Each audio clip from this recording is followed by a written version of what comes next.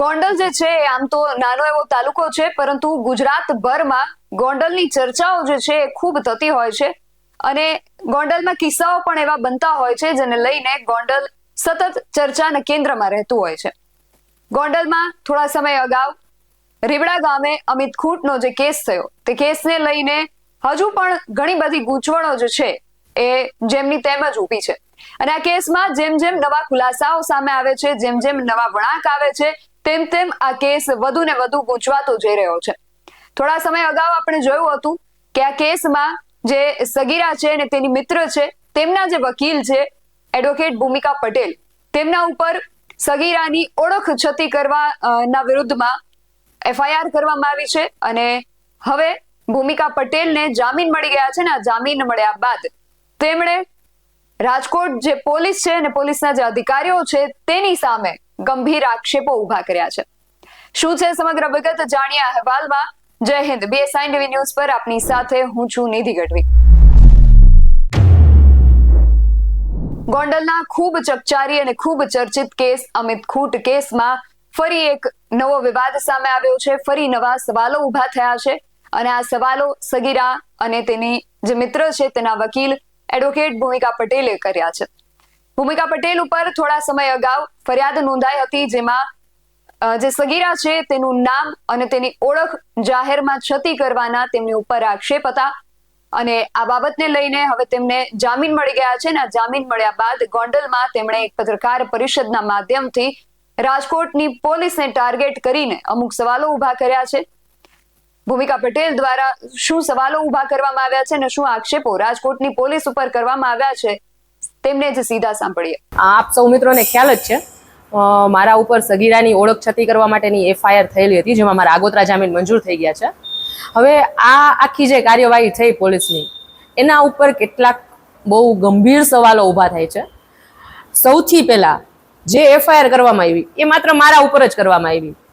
હવે તમે જોવો તો અગાઉ પોલીસ છે જે પીઆઈ ડામોર, જ્યારે જે તે સમયે પોલીસ સ્ટેશનના ઇન્ચાર્જ હતા, એફઆઈઆર દાખલ થઈ તે સમયે એની અંદર જે જુવેનાઇલ છે, કાયદાના સંઘર્ષમાં આવેલી બાળ કિશોરી, એનું નામ એફઆઈઆરમાં હોવા છતાં સરકારી વેબસાઇટ ઉપર, બહુ ગંભીર બાબત છે કે સરકારી વેબસાઇટ ઉપર એફઆઈઆર અપલોડ કરવામાં આવી.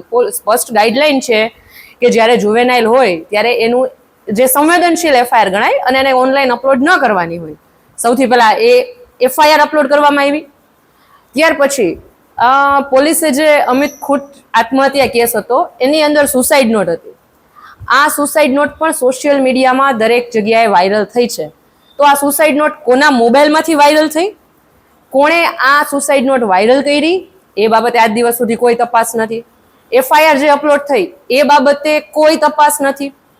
પ્લસ જે આખી અમિત ખૂંટ કેસ વાળી છે એમાં જે અગાઉ એસપી હિમકરસિંહની પ્રેસ કોન્ફરન્સ આપણે જોઈએ તો એમાં સ્પષ્ટપણે કીધું હતું કે આજે આખી તપાસ છે એ તપાસ એસપી હિમકરસિંહના સુપરવિઝન નીચે ચાલતી હતી, આઈપીએસ સિમરન ભારદ્વાજના સુપરવિઝન નીચે ચાલતી હતી, ડીવાયએસપી કેજી ઝાલાના સુપરવિઝન નીચે ચાલતી હતી.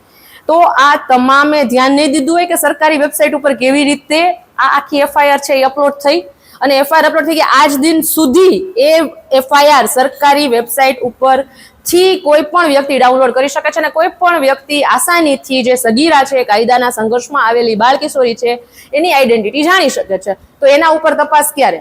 આ તો સીધે સીધી ટાર્ગેટ કરવાની વાત થઈ. અત્યારના જે આયો છે એડી પરમાર, એના વિરુદ્ધ એસપી હિમકરસિંહ વિરુદ્ધ, ડીવાયએસપી વિરુદ્ધ અને તમામ વિરુદ્ધ જે કઈ ફરિયાદો થઈ એને લઈ અને એનો ખાર રાખી અને મારા વિરુદ્ધ ફરિયાદ દાખલ કરવામાં આવેલી છે.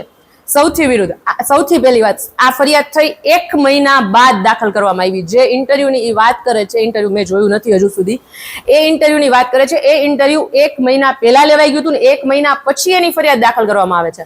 બીજી વસ્તુ, જે ઇન્ટરવ્યુની વાત કરવાને મારા ઉપર આરોપ લગાવવામાં આવ્યા હતા, ઈ જે ઇન્ટરવ્યુ છે એ રાજકોટ મુકામે થયેલું છે. તો ગોંડલ તાલુકા પોલીસ સ્ટેશનની અંદર આવીને એની ફરિયાદ કેવી રીતે થઈ?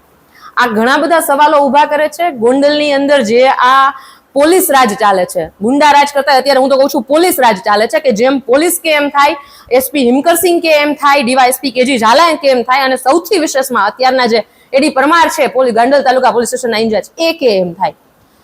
પછી મારા ઉપર જે ફરિયાદ થઈ એ 30/7 દાખલ થઈ અને મેં અગાઉ પણ સોશિયલ મીડિયાના માધ્યમથી તમામ પ્રેસ મિત્રોને જણાવેલું છે કે 17/7 રોજ એક પ્રેસ નોટ વાયરલ થઈ.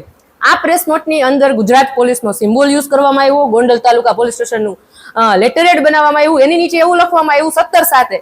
સૌથી જોવાની વસ્તુ એવી છે કે FIR 30/7 થઈ અને 17/7 એવું જણાવવામાં આવ્યું કે જે એડવોકેટ ભૂમિકા પટેલ છે એના વિરુદ્ધ જે કાયદાના સંઘર્ષમાં આવેલી બાળ કિશોરી છે એની આઈડેન્ટિટી રિવીલ કરવા બાબતે ગુનો દાખલ થઈ ગયો છે. હવે હું એમ કહું છું, પોલીસને એવી બધી શું ઉતાવળ હતી? એ લોકો રાહ ન જોઈ શક્યા, કાયદાની યોગ્ય પ્રક્રિયા પૂરી થાય ત્યાં સુધીની રાહ ન જોઈ શક્યા અને તમામ મીડિયામાં આપેલું. પહેલી વાર આવ્યું, પછી સેકન્ડ ટાઈમ પાછું મીડિયાના માધ્યમથી આપ્યું કે ગુનો દાખલ થયો છે. તો પહેલી વાર 17/7 તમે ન્યૂઝ આપ્યા, એ ન્યૂઝ સાચા હતા, તમે 30/7 ન્યૂઝ આપ્યા, એ ન્યૂઝ સાચા હતા. એટલે આમાં પોલીસની ભૂમિકા ઉપર ગંભીર સવાલો ઊભા થાય છે.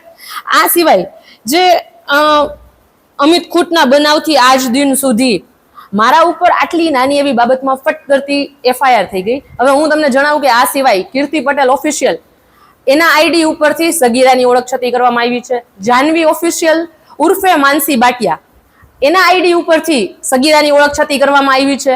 પ્લસ રાહુલ ઘોનિયા એના આઈડી ઉપરથી આજે સગીરા છે એની જે ઓળખ છે છતી કરવામાં આવી છે. તો આ તમામ મુદ્દે પોલીસ કેમ મુખ પ્રેક્ષક બનીને જોઈ રહી છે? શું સર, મારી જે પ્રેસ નોટ રિલીઝ કરી મારા વિરુદ્ધ એમાં લખ્યું હતું કે અમને IG અને DYSP ના એવા સ્પષ્ટ સૂચના છે કે જ્યાં જે કોઈ પણ જગ્યાએ કાયદાના સંઘર્ષમાં આવેલી બાળ કિશોરી છે કે વિક્ટિમ છે એની આઈડેન્ટિટી રિલીઝ થતી હોય તો એના વિરુદ્ધ એક્શન લેવા. તો પોલીસ શા માટે આ બધાની અંદર ફરિયાદ નથી લેતી? મારા વિરુદ્ધની ફરિયાદ હતી તો તમે ફટાફટ લઈ લીધી, તાત્કાલિક ધોરણે એમાં FIR લેવાઈ ગઈ. તો આ બધી આ લોકો જે છે એના વિરુદ્ધ આજ દિવસ સુધી કેમ FIR નથી થઈ? હું કહું છું SP હિમકરસિંહના સુપરવિઝનમાં ચાલતું હતું, જે DYSP છે KG ઝાલા એનું સુપરવિઝન હતું, IPS સિમરન ભારદ્વાજ હતા એમનું સુપરવિઝન હતું. આટલા મોટા અધિકારીઓ છે, એમને શું એટલી સામાન્ય બાબતની ખબર ન હોય કે સંવેદનશીલ FIR છે એ સરકારી વેબસાઇટ ઉપર અપલોડ ન થઈ શકે? તમે એ FIR અપલોડ કરી દીધી છે અને તમામ જગ્યાએ વાયરલ થઈ ગઈ છે અને પછી તમે મને એમ કહો છો કે તમે આઈડેન્ટિટી રિલીઝ કરી દીધી, સુસાઇડ નોટ વાયરલ થઈ ગઈ છે, એ બાબતે કોઈ એક્શન નથી લેવામાં આવ્યા. અને સૌથી મોટી વસ્તુ એ છે કે જે આખી ચાર્જશીટ થઈ અને અમિત ખૂટની કેસની અંદર જે સુસાઇડ નોટ કબજે કરવાનું પંચનામું છે એમાં સ્પષ્ટપણે લખેલું છે કે જે સુસાઇડ નોટ હતી એ અમિત ખૂટના ભાઈ છે, જે મનીષ ખૂટ, અમિત ખૂટ પ્રત્યે પૂરી સહાનુભૂતિ છે કે અત્યારે આપણી સાથે નથી, એ બાબતમાં હું પૂરી સહાનુભૂતિ દર્શાવું છું. પણ આજે કાયદાની પ્રક્રિયા છે એની વાત છે કે અમિત ખૂટના ભાઈ મનીષ ખૂટને એક PDF આપવામાં આવે છે, સુસાઇડ નોટ વાયરલ કરવામાં આવી હતી. તો એ જગ્યાએ તમે મુખ પ્રેક્ષક બનીને રહ્યો છો. આ એક જ મામલો નથી, અગાઉ પણ આ PI ઉપર જે સગીરા છે એના દ્વારા સ્પષ્ટ આરોપ લગાવવામાં આવ્યા હતા કે જે મને 2 દિવસ સુધી ગોંધી રાખવામાં આવી છે. પ્લસ એડી પ્રમાણે DYSP KG ઝાલા છે એ મારું કન્ફેશન લેવાનો પ્રયત્ન કરે છે. હવે આખું જે કન્ફેશન છે એ લેવામાં તમને એટલો બધો ઇન્ટરેસ્ટ હતો, એના માટે તમે છેક સુધી દોડો છો, એને પોલીસ સ્ટેશને વારે બોલાવીને શીખવાડો છો કે મારે કોર્ટમાં આમ બોલવાનું છે, તમારે કોર્ટમાં આમ બોલવાનું છે. અને અત્યારે આ બધાની અંદર તમે મુખ પ્રેક્ષક બનીને જોઈ રહ્યો છો. એટલે શું તમારું કામ એક જ પક્ષનું કામ કરવાનું છે કે તમે કોઈ એક જ વ્યક્તિના ઈશારે કામ કરશો? એટલે મારો સવાલ સીધો પોલીસને છે કે તમે મારા વિરુદ્ધ FIR દાખલ કરી, તમે જે બાળ કિશોરી છે કે જેના હિતમાં હું કેસ લડી રહી છું એના ફાધરને તમે હાથો બનાવો છો અને એના દ્વારા તમે ફરિયાદ દાખલ કરાવો છો. તો અન્ય જગ્યાએ જે આઈડેન્ટિટી રિવીલ થઈ ગઈ અને મેં જેટલા એકાઉન્ટ કીધા એના ફોલોઅર્સ લાખોમાં છે, મિલિયનમાં છે, હજારોમાં છે, તો શું ત્યાંથી આઈડેન્ટિટી રિવીલ નથી થઈ? અને આજની તકે એ રીલ જે રાહુલ ગોનિયા નામનું ID છે એની અંદર હાલની તકે એ રીલ છે, તો તમે શા માટે એના વિરુદ્ધ કોઈ એક્શન નથી લઈ રહ્યા? શા માટે તમે જે મનીષ ખૂટ છે એના વિરુદ્ધ કોઈ તપાસ નથી કરી રહ્યા? રાજકુમાર જાટનો મામલો લઈ લ્યો, ગમે એ મામલો લઈ લો, તમને દરેકની અંદર એક જ પક્ષ તરફે કાર્યવાહી જે ગોંડલ પોલીસ છે એ કરી રહી છે. એડી પરમાર છે જે અગાઉ જે એમનું પોસ્ટિંગ હતું ત્યાં પણ એમના ઉપર બહુ આકરા સવાલો ઉભા થયા હતા અને ત્યારબાદ એમની ટ્રાન્સફર કરવામાં આવી હતી, જે બાબતથી લગભગ જે મીડિયા લોકો છે, પર્સન છે, બધા પરિચિત છે, ખ્યાલ છે બાબતનો. તો આવા સેન્સિટિવ મુદ્દાની અંદર જે કોન્ટ્રોવર્સિયલ PI છે એને તપાસ આપવાનું કારણ શું? કોના ઈશારે આ તપાસ PI એડી પરમારને આપવામાં આવી?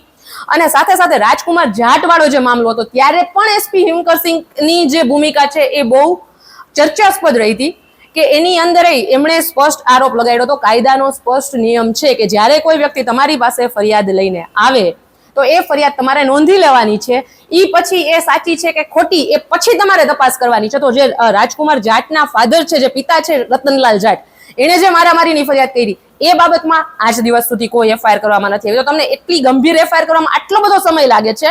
અને એક તમે જે આઈડેન્ટિટી રિલીઝ કરવાની જે તમે વાત કરો છો ને, એવી સામાન્ય બાબતમાં તમે તાત્કાલિક એફઆઈઆર કરો છો અને એફઆઈઆર થઈ ગયા પહેલા તો તમે પ્રેસ રિલીઝ આપી દો છો. એટલે મારો સવાલ અત્યારે ગોંડલ પોલીસ, એસપી હિમકરસિંહ અને ઉપલી જે અધિકારી છે તમામ અધિકારીઓ વિરુદ્ધ છે કે મારા વિરુદ્ધ તમે જો આઈડેન્ટિટી રિલીઝ, સગીરાની આઈડેન્ટિટી રિલીઝ કરવાનો ગુનો દાખલ કર્યો તો હું આપના માધ્યમથી સૌ મીડિયાના પર્સન્સ છે એમને હું પુરાવા આપું છું કે મારા સિવાય કેટલા લોકોએ આઈડેન્ટિટી રિલીઝ કરી છે. અને મારા વિરુદ્ધ જે આઈડેન્ટિટી રિલીઝ કરવાનો ગુનો છે એ તો હજુ મને તો એ વિડીયો બતાવવામાં જ નથી આવ્યો કે કયા વિડીયોને આધારે કરવામાં આવી છે. એટલે એ પણ હજુ શંકાના દાયરામાં છે કે પોલીસ કયા વિડીયોના આધારે કાર્યવાહી કરી રહી છે. પરંતુ મારી પાસે તો પુરાવા છે કે અન્ય કેટલા વ્યક્તિઓએ આ સગીરા અને વિક્ટિમ છે એની આઈડેન્ટિટી રિલીઝ કરી છે. તો હું આ માધ્યમથી પોલીસને સવાલ કરું છું કે શું તમે એ બાબતમાં ફરિયાદી બની અને ફરિયાદ દાખલ કરશો? તો એડવોકેટ ભૂમિકા પટેલ દ્વારા ઉભા કરવામાં આવેલા આ પ્રશ્નો વિશે તમારું શું માનવું છે અમને કમેન્ટ કરીને ચોક્કસથી જણાવજો. આવા જ વધુ અહેવાલો સાથે મળતા રહીશું. તમે મારી યુટ્યુબ ચેનલને સબસ્ક્રાઇબ કરવાનું અને અમને ફેસબુક અને ઇન્સ્ટાગ્રામ પર ફોલો કરવાનું ભૂલશો નહીં. બાકી અવનવી અપડેટ્સ માટે આપ જોતા રહો BS9 TV ન્યૂઝ. નમસ્કાર.